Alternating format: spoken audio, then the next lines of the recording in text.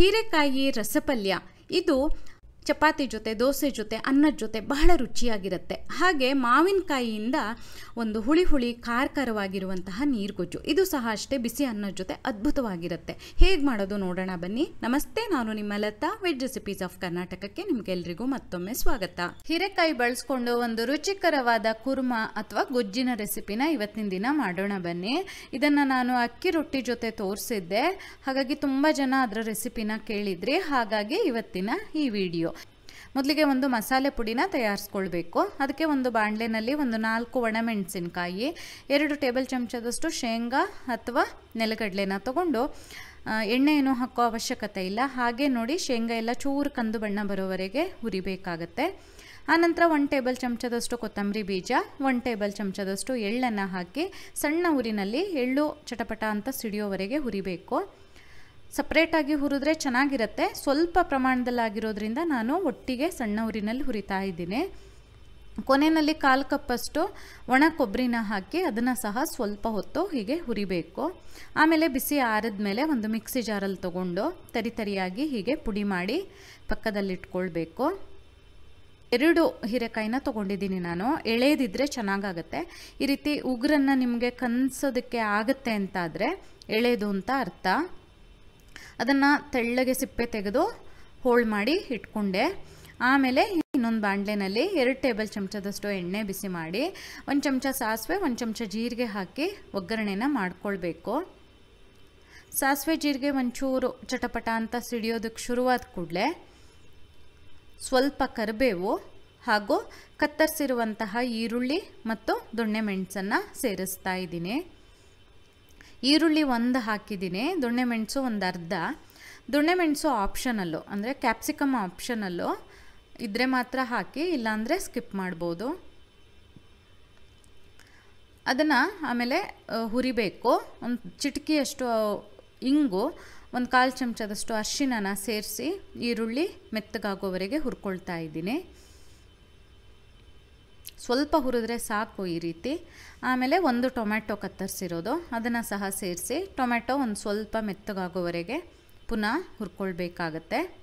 ಇಷ್ಟು ಹುರಿದಾದಮೇಲೆ ಸಿಪ್ಪೆ ತೆಗೆದು ಕತ್ತರಿಸಿಟ್ಕೊಂಡಿದ್ದೆ ಅನ್ನಲ್ಲ, ಆ ಹೀರೆಕಾಯಿನ ಹಾಕ್ತಾಯಿದ್ದೀನಿ. ನೋಡಿ, ನಾನೆಷ್ಟು ತೆಳುವಾಗಿ ಸಿಪ್ಪೆನ ತೆಗೆದಿದ್ದೀನಿ.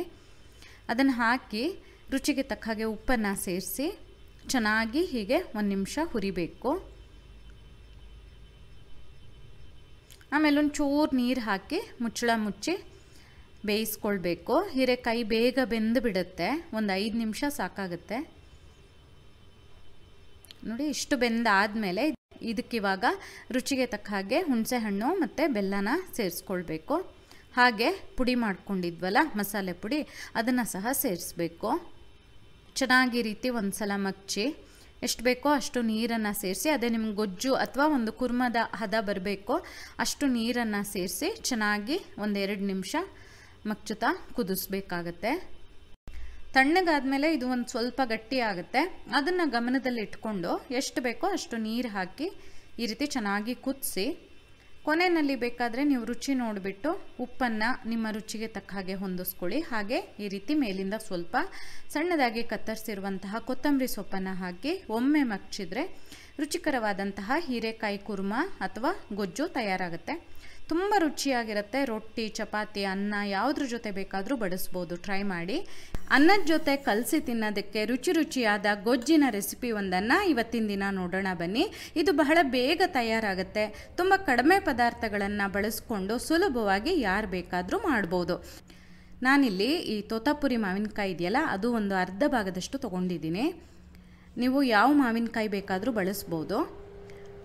ಆಮೇಲೆ ನೋಡಿ, ಆ ಮಾವಿನಕಾಯಿಯನ್ನು ಸಿಪ್ಪೆ ತೆಗೆದು ಕತ್ತರಿಸ್ಕೊಂಡು ಒಂದು ಪಾತ್ರೆಯಲ್ಲಿ ತಗೊಂಡು ಅದಕ್ಕೆ ನಮಗೆ ಎಷ್ಟು ಖಾರ ಬೇಕೋ ಅದಕ್ಕಾಗೋ ಥರ ಕತ್ತರಿಸಿರುವಂತಹ ಹಸಿಮೆಣಸಿನಕಾಯಿಯನ್ನು ಹಾಕಿ ನೀರನ್ನು ಸೇರಿಸಿ ಹೀಗೆ ಮೆತ್ತಗೆ ಬೇಯಿಸ್ಕೊಳ್ಬೇಕು.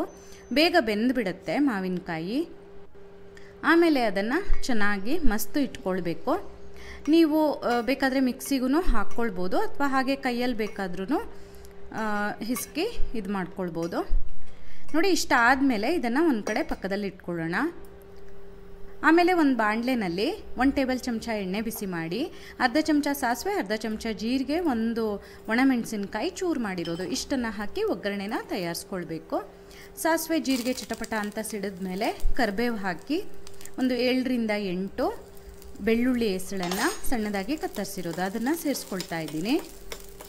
ಬೆಳ್ಳುಳ್ಳಿ ಬದಲಾಗಿ ಇಂಗು ಹಾಕ್ಬೋದು, ಇಂಗು ಹಾಕಿದ್ರೂ ಅದೊಂಥರ ಬೇರೆ ರುಚಿ ಬರುತ್ತೆ, ತುಂಬಾ ಚೆನ್ನಾಗಿರುತ್ತೆ. ನಾನಿಲ್ಲಿ ಬೆಳ್ಳುಳ್ಳಿ ಜೊತೆ ಸ್ವಲ್ಪ ಇಂಗನ್ನು ಹಾಕ್ತಾ ಇದ್ದೀನಿ, ಒಂದು ದೊಡ್ಡ ಚಿಟಿಕೆಯಷ್ಟು ಇಂಗು ಕೂಡ ಸೇರಿಸ್ತಾ ಇದ್ದೀನಿ. ಹಾಗೆ ಒಂಚೂರು ಕೊತ್ತಂಬರಿ ಸೊಪ್ಪನ್ನು ಹಾಕಿ ಒಂದು ಸಲ ಮಗ್ಚಿ ಸ್ಟವನ್ನು ಆಫ್ ಮಾಡ್ತಾ ಇದ್ದೀನಿ. ಇದಕ್ಕೆ ಹೆಚ್ಚು ಪದಾರ್ಥಗಳೇನೂ ಬೇಕಾಗೋದಿಲ್ಲ, ರುಬ್ಬೋ ಅವಶ್ಯಕತೆಯೂ ಇಲ್ಲ. ನೋಡಿ, ಆ ಒಗ್ಗರಣೆಗೆ ನಾವೀಗಾಗಲೇ ಬೇಯಿಸಿ ಮ್ಯಾಶ್ ಮಾಡಿ ಇಟ್ಕೊಂಡಿದ್ವಲ್ಲ ಆ ಮಾವಿನಕಾಯಿ ಮತ್ತು ಹಸಿಮೆಣಸಿನಕಾಯಿಯ ಪೇಸ್ಟು, ಇದಕ್ಕೆ ಈ ಸಣ್ಣ ಮೆಣಸಿನಕಾಯಿ ಬರುತ್ತೆ ನೋಡಿ, ಜೀರಿಗೆ ಮೆಣಸು ಅಥವಾ ಗಾಂಧಾರಿ ಮೆಣಸು ಅಂತಾರೆ, ಅದು ಹಾಕಿದ್ರೆ ತುಂಬ ಚೆನ್ನಾಗಿರುತ್ತೆ. ನಿಮ್ಗೆ ಯಾವ್ದು ಸಿಗುತ್ತೋ ಅದನ್ನು ಹಾಕಿ, ಹಾಗೆ ರುಚಿಗೆ ತಕ್ಕ ಹಾಗೆ ಉಪ್ಪನ್ನು ಹಾಕಿ ಹೀಗೊಂದು ಸಲ ಮಗ್ಚಿದ್ರೆ ಆಯಿತು. ಆಮೇಲೆ ಕುದಿಸೋ ಅವಶ್ಯಕತೆ ಕೂಡ ಇಲ್ಲ. ಇವಾಗ ಮಾವಿನಕಾಯಿ ಎಲ್ಲ ಕಡೆ ಸಿಗ್ತಾ ಇದೆ, ನೀವು ಖಂಡಿತ ಟ್ರೈ ಮಾಡಿ. ನಿಮಗೆ ಈ ವಿಡಿಯೋ ಇಷ್ಟ ಆದಲ್ಲಿ ಲೈಕ್ ಮಾಡಿ, ಶೇರ್ ಮಾಡಿ, ಕಮೆಂಟ್ ಮಾಡಿ, ಹಾಗೆ ನಮ್ಮ ಚಾನಲಿಗೆ ಸಬ್ಸ್ಕ್ರೈಬ್ ಮಾಡೋದನ್ನು ಮರಿಬೇಡಿ. ಧನ್ಯವಾದಗಳು.